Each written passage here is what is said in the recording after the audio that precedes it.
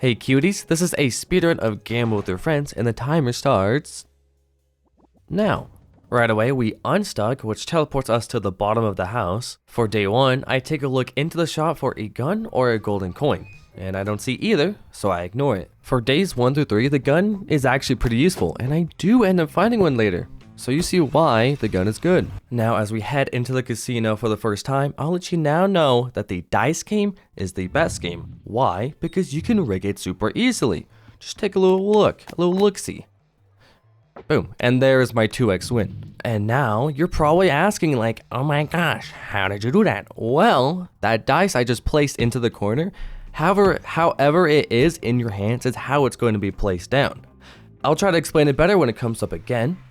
But for now, that is the end of day 1, and now we're on to day 2. Now, as I come out of the house, I notice the golden coin in the shop. Then once I get closer, I notice the gun. The coin is good, but it's not as good as the gun. Now, you probably noticed I hover my mouse over the unstuck button when waiting in the limo. I do that because as soon as I load into the next area, I'll be ready to push unstuck. And once I do that, it teleports me right into the casino elevator.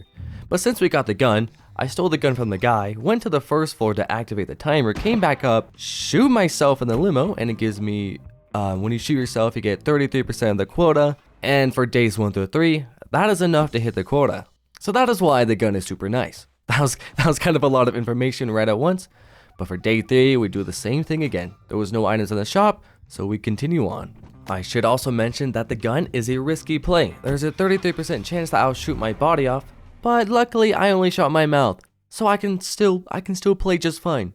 Now we're back in the casino looking for the dice game once again. Now I'll explain this a little bit better. In order to get a 2x win, you need to roll a 7 or 11. But that first die, I rolled a 1, and then I realized like, oh, I need a 6 to get a 7. So I put the 6 on the top face die, or on the die, and I place it into that corner, and the 6 will land straight up, and then I get the 2x win. For days 1 through 3, to get enough for quota, all you need is a 2x win. For days 4 through 6, which is when floor 2 is unlocked, but actually floor 2, the dice game can't spawn. So we're gonna stick on floor 1, but instead of a 2x win, we need a 4x win, which is not even that bad because you do the first roll. The first roll you need to roll a 4 through 6 or 8 through 10, and then you roll that same number again to get a 4x win. But you know, you can easily cheese it. So I turn into a 5, and then I find for the first one I find a number less than 5, and then I stack it, combining the two numbers into 5, and then we're out of there. We already hit the quota, and boom, good stuff. Am I right? Yeah. Oh my gosh, that was a lot at once. But we're moving on to day 5 now. Now you may be thinking like, oh, is the whole speedrun just going to be dice manipulation the whole time? Not entirely. The dice table actually doesn't spawn every time. For floor 1, there are 6 possible machines that can spawn in this room, but only 5 possible spots. So one of those machines is going to get left over. But things get tricky on floors 3 and 4. Since there are a lot more machines that can spawn, the chance of the dice table appearing get pretty low. And spoiler alert, there are a couple times where it doesn't appear, and I have to pull out some backup strats, and I get pretty freaking lucky on one of those final days. But as we finish up day 6, day 7 is where things start to get interesting. The dice game on floor 1 doesn't give you enough to hit quota with just one 4x win, meaning I gotta start going to floor 3, which is luckily unlocked on day 7. But there is a neat trick. If I come across the booze item on day 7 or 8, I can go back to floor 1 and get one 4x win, and that'll be enough to hit the quota. But though that's for 7 and 8. But if I don't come across the booze, I have to go to floor 3 and hope the dice table appears and get a 4x win. And oh, look at that, we got the booze, so that was good stuff. But for day 9, that's when the booze is not enough for the one 4x win, so we have to go to floor 3 and hope we get all the crap. It's just a bunch of hoping that we get the right stuff. Now you may be wondering like, oh, why don't you just find even more items so floor 1 is still good? Well, I could, but that would start to cost some valuable time, and I'm trying to get a fast time here. I'm aiming for the tougher RNG and hoping it pays off. Because like I just said, I'm trying to get a really fast time, even if it costs a lot of failed runs. Also, I should mention this too. The reason why higher floors are better is because the max bet is higher. So you can put in more money at once. Heading into day 8, we unfortunately do not get the booze. So we just gotta pray that the dice game appears. And if it doesn't, we gotta play some random game. And that's when real luck gets involved. Now another thing with floor 3 is that the dice game can either appear far away or right here, right next to the elevator, which is amazing. Amazing that we got that. So like I said, we just need a 4x win, and we got that freaking fast. That was good. And that's day 8 and on to day 9. And like I mentioned earlier, day 9, no items will help us out. I mean, they can, but it'd just be a waste of time. So we have to go to floor 3 and hope that we get the dice game. And like I said earlier, it's roughly a 30% chance for the dice game to appear on 3 or 4. But luckily we found it, and it's a little bit of a ways away, but it's okay because we did it. The entire process of doing that was fast because there is still some RNG involved. When you shake the dice to get the correct face on top, it chooses a random number every time you shake it, but we got pretty lucky with those, so we're good. But now we are on to day 10, where things switch up again.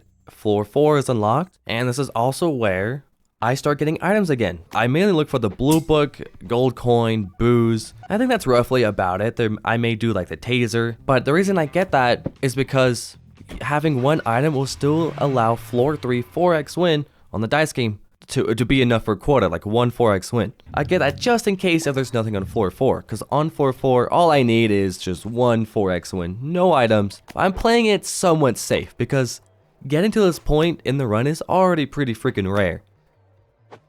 Also, I don't know if you saw that, on that first roll, I freaking just threw the second die instead of like choosing which one it was. But it worked out, I don't know why I did that. I think I was nervous because I was on pretty good pace. But that is day 10 done, and we're on to the next. We come across the blue book again, and also, I should mention, day 11 is an interesting day. You will like today. You'll see. So like usual, we go into floor 4, take a look for the dice table. Oh, there's none. Unstuck to get back to the elevator, go to 3. Oh, there's none. Oh, Dragon Tower. Bang! Bro, that was crazy.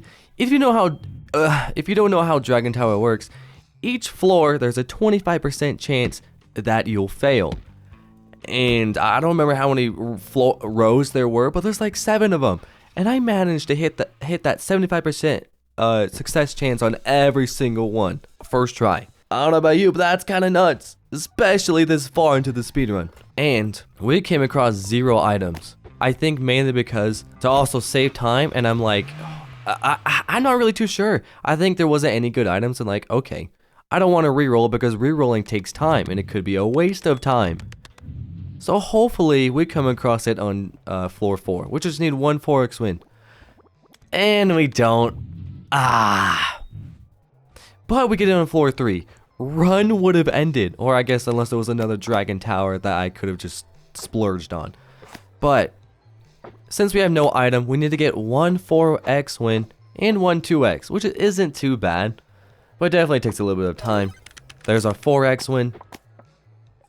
And boom, we got the 2x win extremely freaking fast. Now we are just on the home stretch to the ending. Day 13 is the final day, and obviously there's no reason to go to the shop because it's the final day.